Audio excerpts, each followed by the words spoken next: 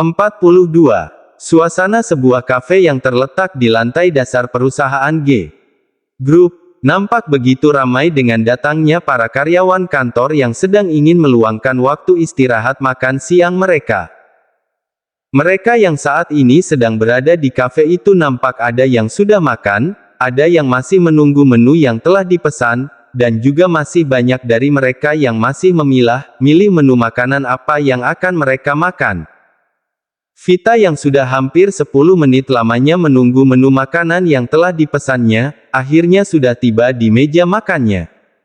"Ini Mbak, menu yang sudah Mbak pesan tadi," seru salah seorang pelayan kafe wanita dengan sebuah nampan yang dibawanya, lalu pelayan itu pun meletakkannya di meja makan Vita. "Terima kasih Mbak," sahut Vita dengan tersenyum. "Iya Mbak, sama, apakah masih ada yang ingin dipesan lagi Mbak?" seru pelayan itu. "Saya rasa ini sudah cukup Mbak," sahut Vita.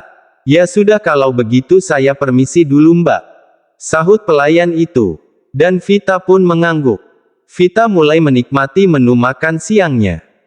Ia sama sekali tidak begitu memperhatikan keadaan sekitarnya yang cukup ramai dengan berbagai obrolan dari karyawan. Yang Vita lakukan saat ini hanyalah fokus menikmati makan siangnya saja.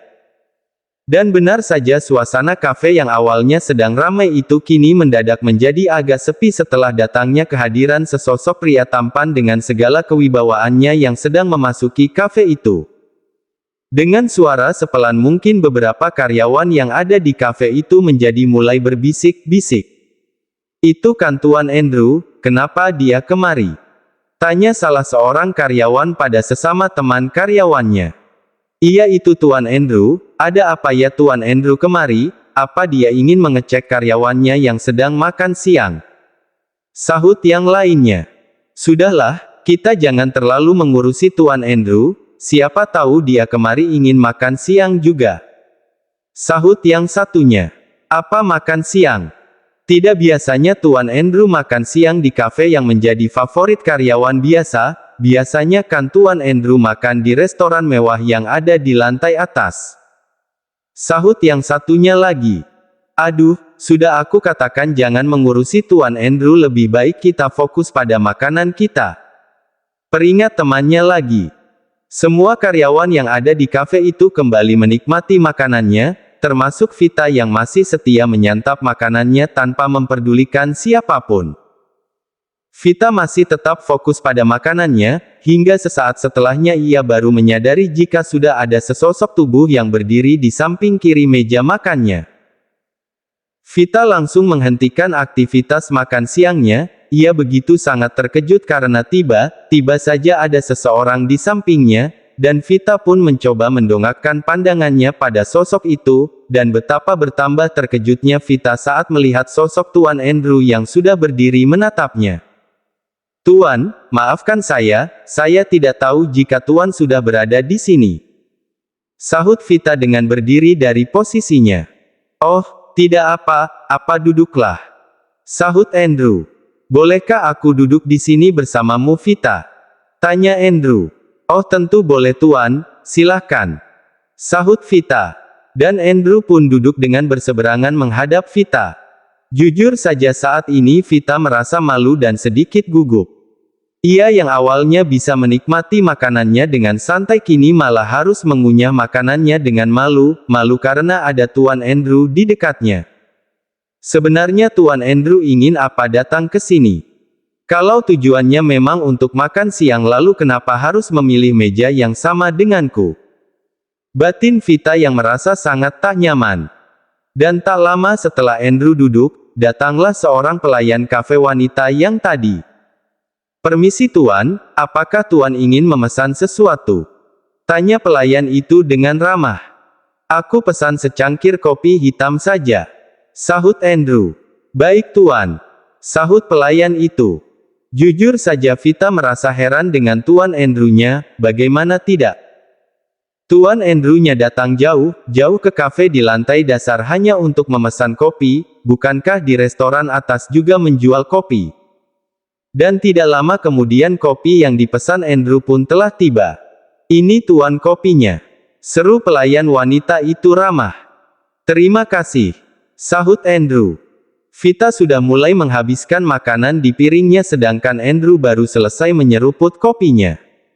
Diam, Andrew memperhatikan Vita. Entah mengapa ia merasa senang jika berdekatan dengan asisten barunya ini, dan alasan memesan kopi dan duduk di meja yang sama menurutnya adalah alasan yang tepat. Vita, boleh aku bertanya sesuatu? Tanya Andrew pada Vita setelah asistennya itu menyelesaikan makanannya. Tuan ingin menanyakan apa Tuan? Sahut Vita. Andrew terdiam, ia tidak tahu apakah pertanyaannya ini akan menyinggung Vita. Entahlah, tapi rasa penasarannya tidak bisa ia bendung lagi, dan bahkan mungkin inilah alasan yang sebenarnya yang membuat Andrew ingin menemui Vita hingga ke lantai dasar. Tuan ingin menanyakan apa pada saya? Tanya Vita lagi yang melihat Tuan Andrew-nya tak kunjung melanjutkan kalimatnya. Tapi kamu jangan tersinggung dengan pertanyaanku Vita. Sahut Andrew. Dan Vita pun mengangguk. Vita, apa kamu memiliki seorang kekasih? Tanya Andrew pada akhirnya. Dek, Vita sangat terkejut bukan main. Ia tak menyangka jika Tuan Andrew-nya akan menanyakan hal semacam ini, hal yang sama sekali tidak ada hubungannya dengan urusan pekerjaan. Tidak perlu Vita, kamu tidak perlu menjawabnya, sudah lupakan saja, aku tadi hanya bercanda. Seru Andrew pada akhirnya. Ya Tuhan, Andrew, apa yang kamu tanyakan pada Vita? Yang benar saja kamu menanyakan hal semacam itu. Batin Andrew yang merutuki pertanyaannya sendiri. Belum Tuan, saya belum memiliki kekasih. Sahut Vita pada akhirnya. Bukan tanpa sebab Vita menjawab pertanyaan dari Tuan Andrew-nya, setelah Vita memikirkannya sepertinya ia harus menjawab pertanyaan dari tuannya, karena Vita merasa takut jika ia tidak menjawabnya dengan jujur, hal itu akan berpengaruh pada reputasi pekerjaannya, dan akhirnya mau tidak mau Vita pun harus menjawab pertanyaan dari Tuan Andrew-nya. Sepasang pengantin baru nampaknya masih begitu betah menikmati kebersamaan mereka di vilanya. Al yang begitu mencintai istrinya itu seolah tak pernah henti ingin selalu bisa bermesraan dengan sang istri. Al benar-benar memanfaatkan bulan madunya ini hanya untuk memanjakan dirinya pada sang istri. Sayang, seru Al, dengan tetap merangkul tubuh istrinya. Iya Mas, sahut Adinda. Selama kita di sini, kita tidak kemana-mana, apa kamu tidak ingin menikmati liburan di luar, misalnya berbelanja begitu? Seru Al yang menawarkan pada sang istri. Tidak Mas, Adinda tidak ingin kemana-mana. Sahut Adinda yang sedikit lesu. Sayang kamu kenapa Tanya Al. Hao. Adinda menghela nafasnya cukup dalam. Adinda merindukan anak Mas. Sahut Adinda lirih. Mendengar jawaban dari sang istri, Al pun kemudian membalikkan tubuh mungil istrinya untuk menghadapnya. Sayang, kamu merindukan anak kita.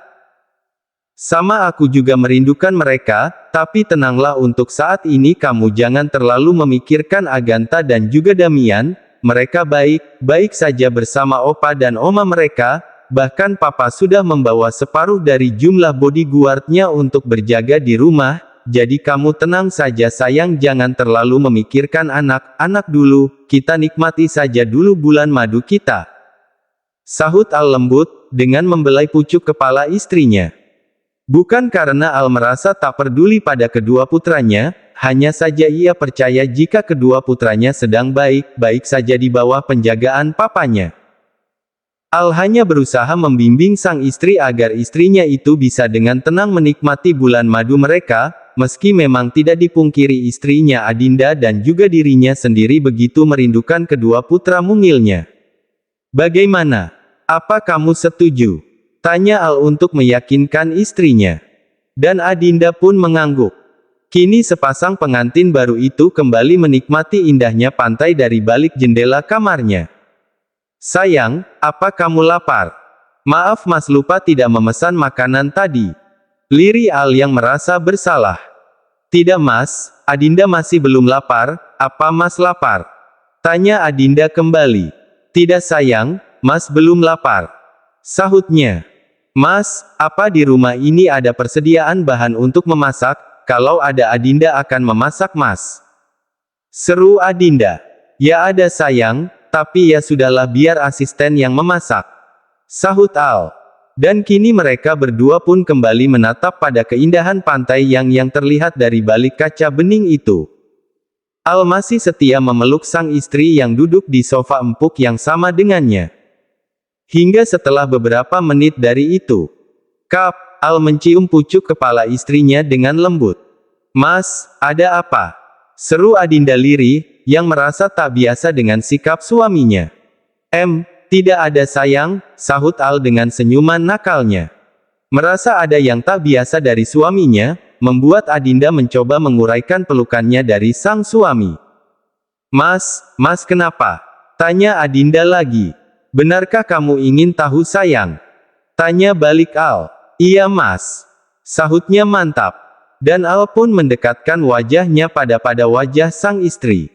Jawabannya akan kamu tahu setelah nanti malam sayang. Sahut Al dengan senyuman nakalnya.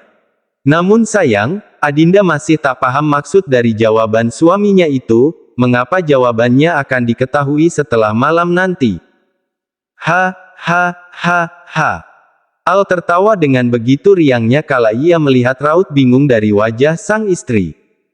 Mas, kenapa Mas tertawa? Tanya Adinda yang semakin bertambah bingung dengan sikap suaminya.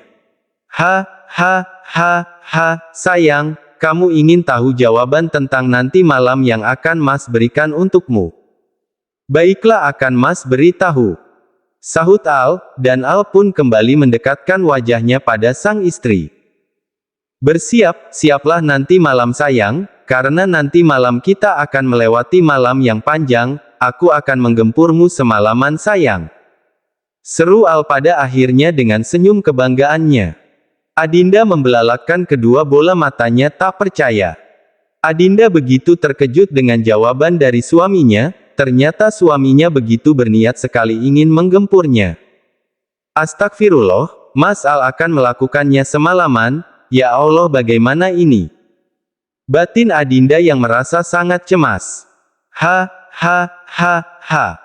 Al tertawa terbahak-bahak melihat raut wajah cemas dari istrinya.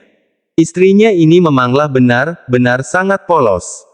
Aduh sayang, kenapa wajahmu lucu sekali seperti itu?